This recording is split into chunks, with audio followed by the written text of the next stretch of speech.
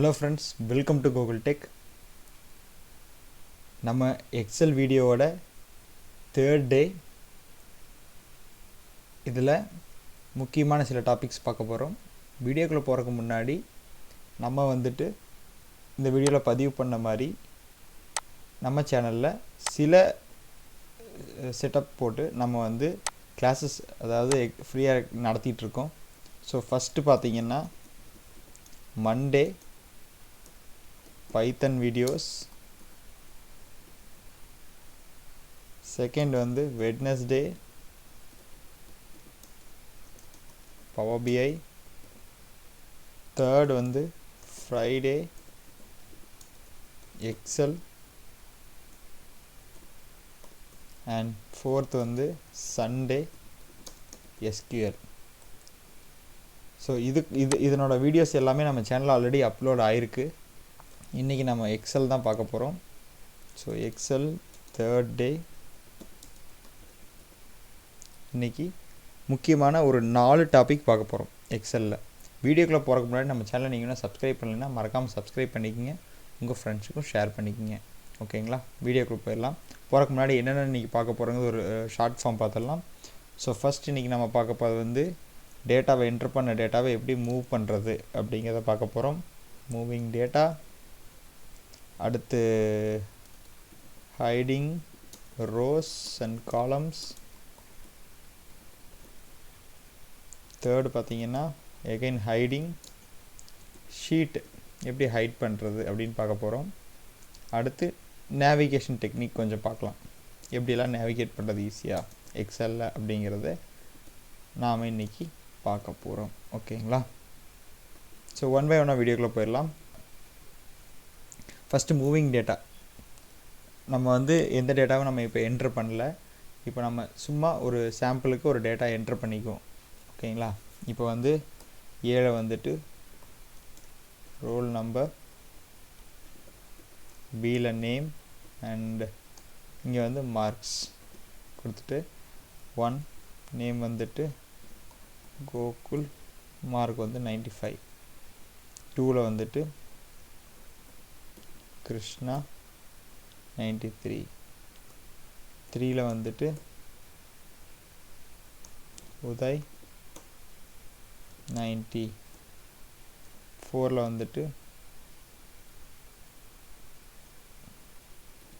Sachin 98, 5ல் Dhoni 97. So இப்படி நம்ம ஒவ்வொரு டேட்டாவும் நம்ம என்ட்ரு பண்ணியாச்சு. நம்ம என்ட்ரிங் ஆஃப் டேட்டா எப்படிங்கிறது போன வீடியோவில் கிளியராக சொல்லியிருக்கோம். நீங்கள் பார்க்கலைன்னா அதனோட வீடியோ லிங்க் டிஸ்கிரிப்ஷனில் இருக்குது, மறக்காமல் பார்த்துக்குங்க. ஸோ இப்படி நம்ம என்ட்ரு பண்ண டேட்டாவை நான் வேறு ஒரு ஷீட்டுக்கு மாற்றணும் அப்படின்னா என்ன பண்ணுறது அப்படின்னு நீங்கள் கேட்கலாம். அதாவது டேட்டாவை எப்படி மூவ் பண்ணுறது, எப்படி மூவிங் டெக்ஸ்ட் அதாவது காப்பி பண்ணி பேஸ்ட் பண்ணுறது எப்படி, கட் பண்ணி பேஸ்ட் பண்ணுறது எப்படிங்கிறத இந்த வீடியோவில் ஃபஸ்ட்டு பார்க்கலாம். ஸோ எதுவும் தேவையில்லை, நமக்கு எங்கேருந்து டேட்டா காப்பி பண்ணணுமோ. இப்போ எனக்கு என்னென்னா மொத்த டேட்டாவும் காப்பி பண்ணணும் அப்படின்னா நீங்கள் மவுஸை கிளிக் பண்ணிவிட்டு ட்ராக் பண்ணிங்கன்னா காப்பி செலக்ட் ஆகிக்கும். இப்படி செலக்ட் ஆனதுக்கப்புறம் Ctrl+C கொடுத்தீங்கன்னா காப்பி ஆயிரும். நியூ ஷீட்டுக்கு இங்கே கீழே இருக்கிற ப்ளஸ் பட்டன் கிளிக் பண்ணிங்கன்னா கிளிக் பண்ணிக்கலாம். முடிச்சுட்டு எங்கே பேஸ்ட் பண்ணணுமோ இங்கே எனக்கு பேஸ்ட் பண்ணணும், இல்லை இங்கே எனக்கு பேஸ்ட் பண்ணணும் அங்கே வச்சுட்டு ரைட் கிளிக் பண்ணிவிட்டு பேஸ்ட் கொடுத்தீங்கன்னா உங்களுக்கு ஈஸியாக பேஸ்ட் ஆகிரும். எனக்கு இங்கே வேண்டாம், எனக்கு இங்கே தான் பேஸ்ட் ஆகணும்னு நீங்கள் நினச்சிங்கன்னா Ctrl+Z கொடுத்தீங்கன்னா இங்கே இருக்கிற டேட்டா ரிமூவ் ஆயிரும்.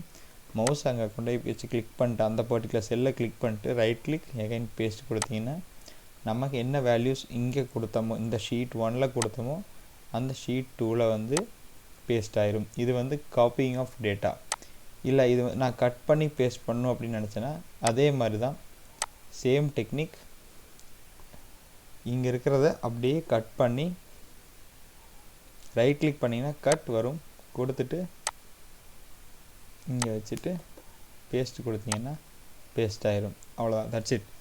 இப்போ என்னென்னா கட் அண்ட் காப்பி ரெண்டுக்கு என்ன டிஃப்ரென்ஸ்னு பார்த்தீங்கன்னா சோர்ஸ் டேட்டாவில் இருக்கக்கூடிய இங்கே இருக்கிற எல்லா டேட்டாவும் ரிமூவ் ஆகி இங்கே பேஸ்ட் ஆகிறதா கட். இதே காப்பின்னு பார்த்தீங்கன்னா இங்கே இருக்கிற டேட்டாவோட காப்பி வந்து அந்த ஷீட்லேயும் க்ரியேட் ஆகிக்கும். இப்படி தான் வந்து காப்பி பண்ணி பேஸ்ட் பண்ணுறது, கட் பண்ணி பேஸ்ட் பண்ணுறது. அடுத்து இப்போ வந்து என்னென்னா, நான் வந்து ரோ நம்பர் எல்லாம் போட்டேன். ஸோ இப்போ என்ன ஆயிடுச்சுன்னு பார்த்தீங்கன்னா, நான் வந்து தேர்டில் வந்து ஒரு நம்பர் விட்டுட்டேன். ஸோ ஆக்சுவலாக இந்த நம்பர் 4th ரோவில் தேர்ட் ரோல் நம்பர் வந்து நான் இன்னொரு ஆளை ஆட் பண்ணணும் அப்படின்னு நினச்சேன்னா எப்படி நான் அதை ஆட் பண்ணுறது? இன்சர்ட் பண்ணணும் இல்லையா? ஸோ இங்கே ஒரு ரோவை நம்ம இன்சர்ட் பண்ணிட்டோன்னா நம்ம வந்து இன்னொரு நம்பரை ஆட் பண்ணிக்கலாம். ஸோ இந்த இடத்துல நான் எப்படி ஆட் பண்ணுறதுன்னு பார்த்தீங்கன்னா, இங்கேயும் கிளிக் பண்ண வேண்டாம், ஜஸ்ட் கிளிக் இன்சர்ட் இருக்குங்களா, இன்சர்ட் கொடுத்தீங்கன்னா இதுவே கேட்கும். செல்ஸ் ரைட்டா லெஃப்டா டவுனான்னு கேட்கும். டவுன் கொடுத்தீங்கன்னா அந்த ஒரு நம்பர் மட்டும்தான் உங்களுக்கு டவுன் ஆகும். ஸோ நம்ம என்ன பண்ணணும், என்டையர் டேட்டா கொடுக்கணும். ஸோ அதனால் நான் Ctrl+Z கொடுத்துட்டு இந்த பர்டிகுலர் ரோ ஃபுல்லாக செலக்ட் பண்ணிவிட்டு ரைட் கிளிக் பண்ணிவிட்டு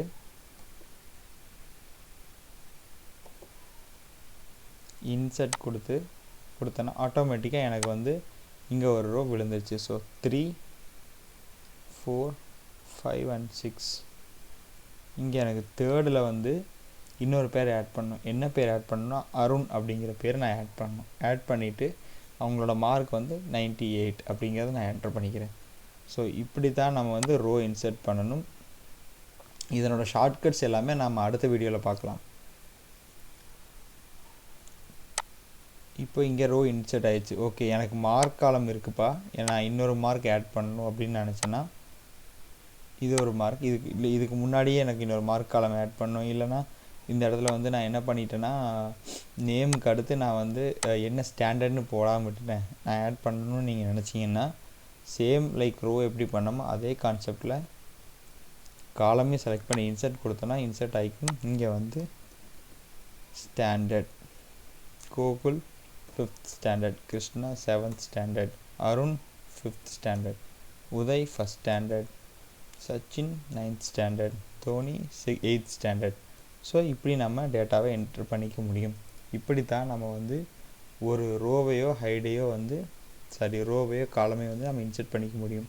இதை டெலீட் பண்ணுறதும் same method, select right click delete.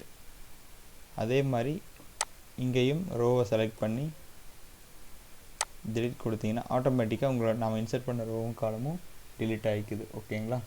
So same method தான். ஹைட் பண்ணுறது எப்படி? இப்போ நான் டெலீட் பண்ண வேண்டாம், நான் ஹைட் பண்ணணும்னு நினச்சேன்னா அங்கே வச்சு கிளிக் பண்ணிட்டு ஹைட் ஆப்ஷன் கொடுத்தீங்கன்னா ஆட்டோமேட்டிக்காக ஹைட் ஆகிக்கும். எனக்கு மார்க் வேணான்னு நினச்சேன்னா கிளிக் பண்ணி ஹைட் பண்ணணும்னு நினச்சேன்னா ஹைட் ஆகிக்கும். ஸோ இப்படி தான் ஹைட் பண்ண முடியும். அன்ஹைட் பண்ணுறது காலமில் வந்துட்டு அந்த ஒரு பர்டிகுலர் செல்லையும் அடுத்த ஒரு பர்டிகுலர் காலம் 2 காலமையும் செலக்ட் பண்ணி ரைட் கிளிக் பண்ணிங்கன்னா அன்ஹைட் கொடுத்தோன்னா நமக்கு வந்து இன் பிட்வீனில் எவ்வளோ காலம் ஹைட் பண்ணியிருந்தாலும் ஆட்டோமேட்டிக்காக அன்ஹைட் ஆகிக்கும். சேம் அப்ளைஸ் டு நமக்கு ரோலையும். ஓகேங்களா? இப்போது நம்ம ரோ வைஸாக எப்படி ஆட் பண்ணுறது, காலம் வைஸாக எப்படி ஆட் பண்ணுறதுன்னு பார்த்தோம். சேம் டெக்னிக் எப்படி ஒர்க் ஷீட் ஆட் பண்ணி டெலிட் பண்ணுறதுங்கிறத பார்க்கலாம். ஸோ இங்கே பார்த்தீங்கன்னா நம்ம ஆல்ரெடி ஒரு புது ஒர்க் ஷீட் ஆட் பண்ணுறோம். ஜஸ்ட் ப்ளஸ் ஐக்கானை கிளிக் பண்ணோன்னா நமக்கு வந்து ஷீட்ஸ் ஆட் பண்ணிக்க முடியும். இதை டெலிட் பண்ணணும் அப்படின்னா ஸோ இங்கே பார்த்தீங்கன்னா ஷீட் 2ல் தான் நம்ம ஒர்க் பண்ணுறோம், ஷீட் 1ல் எதுவுமே இல்லை. ஸோ எனக்கு அந்த ஷீட் தேவையில்லைங்கிறதுனால அந்த ஷீட்டு போயிட்டு ரைட் கிளிக் டெலிட், அவ்வளோதான். ப்ராம்ப்டில் டெலிட் கொடுத்தோம்னா நமக்கு அந்த ஷீட் டெலிட் ஆயிடுச்சு. இப்படி தான் நம்ம வந்து ஷீட்டை வந்து புதுசாக இன்சர்ட் பண்ணுறதோ இல்லை டெலிட் பண்ணிக்க முடியும். இல்லை ஷீட்டை நான் மூவ் பண்ணணும், இப்போ வந்து இன்னொரு ஷீட் ஆட் பண்ணிட்டேன், இங்கேயும் ஒரு ஷீட் ஆட் பண்ணிட்டேன். ஸோ என்ன ஆயிடுச்சுன்னா எனக்கு வந்து இந்த டேட்டா சப்போஸ் இவங்க 2 பேர் இருக்கிற டேட்டா மட்டும் ஒரு ஷீட்டில் இருக்குதுன்னு நம்ம காப்பி பண்ணி எக்ஸாம்பிளுக்கு வச்சுட்டோன்னா எனக்கு இந்த ஷீட் வந்து ஃபஸ்ட்டு போகணும் அப்படின்னு நினச்சா இந்த ஷீட்டை டபுள் கிளிக் பண்ணிட்டீங்கன்னா உங்களுக்கு வந்து கீழே வந்துட்டு அந்த ஏரோ பக்கத்தில் நம்ம அந்த ஷீட் ஒரு சிம்பிள் காட்டும். ஸோ அப்படின்னா அந்த ஷீட் செலக்ட் ஆகிடுச்சுன்னு அர்த்தம். ஸோ நம்ம அதை ட்ராக் பண்ணி எங்கே வைக்கணுமோ வச்சுக்கலாம். ஸோ இப்போ பார்த்தீங்கன்னா ஷீட் 3 முன்னாடி வந்துடுச்சு, ஷீட் 2 பின்னாடி போயிடுச்சு. இப்படி தான் ஒரு ஷீட்டை வந்து நம்ம மூவ் பண்ணிக்க முடியும். இதுதான் வந்து எப்படி மூவ் பண்ணுறது, எப்படி ஷீட் இன்சர்ட் பண்ணி டெலிட் பண்ணுறதுக்கு உண்டான டெக்னிக். ஸோ லாஸ்ட்டாக இன்றைக்கி நம்ம பார்க்கக்கூடிய லாஸ்ட் டாபிக் எதுன்னு பார்த்தீங்கன்னா நேவிகேஷன் டெக்னிக். அதாவது வந்து இப்போ எனக்கு வந்து 3 டிஃப்ரெண்ட் ஷீட் இருக்குது, அதுக்கப்புறம் பார்த்தீங்கன்னா ஒரு 2 rows இருக்குது. நான் இது எப்படி வந்து ஈஸியாக நேவிகேட் பண்ணுறது, இப்போ வந்து எனக்கு ஒவ்வொரு டைமும் நான் மவுஸ் யூஸ் பண்ணுறதுக்கு கஷ்டமாக இருக்குது அப்படின்னு நீங்கள் நினச்சிங்கன்னா எதுவுமே தேவையில்லை. ஜஸ்ட் உங்கள் கண்ட்ரோல் பட்டனையும் பேஜ் டவுன் பட்டனையும் ப்ரெஸ் பண்ணிங்கன்னா அடுத்த ஷீட், அதாவது சக்ஸஸிவ் ஷீட்டுக்கு என்ன இருக்கோ அதுக்கு போயிடும். பேஜ் டவுன் எகைன் கொடுத்தீங்கன்னா சக்ஸஸிவ் ஷீட்டுக்கு போயிடும். ஸோ இப்படி தான் வந்து பேஜ் அப், ஒரு ஷீட் டு இன்னொரு ஷீட் நம்ம வந்து மாறிக்க முடியும்.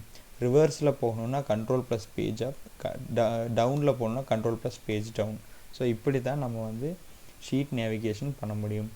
அடுத்து இது ஓகே, நான் வந்து இப்போது ஏதோ ஒரு செல்லில் இருக்கேன், நான் வந்து இப்போ ஃபஸ்ட்டு ரோ போகணுன்னா கண்ட்ரோல் ஹோம் கொடுத்தீங்கன்னா ஃபஸ்ட்டு ரோ ஃபஸ்ட்டு செல், அதாவது A1 காலமுக்கு ஆட்டோமேட்டிக்காக உங்களை வந்து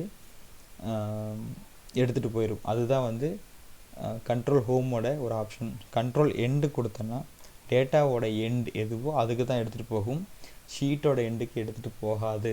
இந்த ஒரு டிஃப்ரென்ஸ் நல்லா புரிஞ்சுக்கோங்க. ஒரு டேட்டா பாயிண்ட்டோட என்ட்ரி 50 டேட்டாவோ 500 டேட்டாவோ 5 லட்சம் டேட்டாவோ உங்கள்கிட்ட இருக்குது, நான் எண்ட் ஆஃப் த டேட்டா போகணுன்னு நீங்கள் நினச்சிங்கன்னா கண்ட்ரோல் ப்ளஸ் எண்டு கொடுத்தீங்கன்னா ஆட்டோமேட்டிக்காக அந்த கண்ட்ரோல் எண்டுக்கு உங்களை அந்த பர்டிகுலர் கமெண்ட் எடுத்துகிட்டு போயிடும். ஸோ இதுதான் இன்றைக்கி நாம் பார்த்த முக்கியமான டாபிக்ஸ். இந்த டாபிக்ஸில் உங்களுக்கு எதாவது டவுட் இருந்துச்சுன்னா மறக்காமல் கீழே கமெண்ட் பண்ணுங்கள். மேலும் நம்மளோட காண்டாக்ட் டீட்டெயில்ஸ் கீழே கொடுத்துருக்கோம், நீங்கள் காண்டாக்ட் பண்ணுங்கள். மேலும் அடுத்த ஒரு இன்ட்ரெஸ்டிங்கான வீடியோவில் உங்களை சந்திக்கிறோம். Until then bye from Google tech. நன்றி, வணக்கம், ஜெய்ஹிந்த்.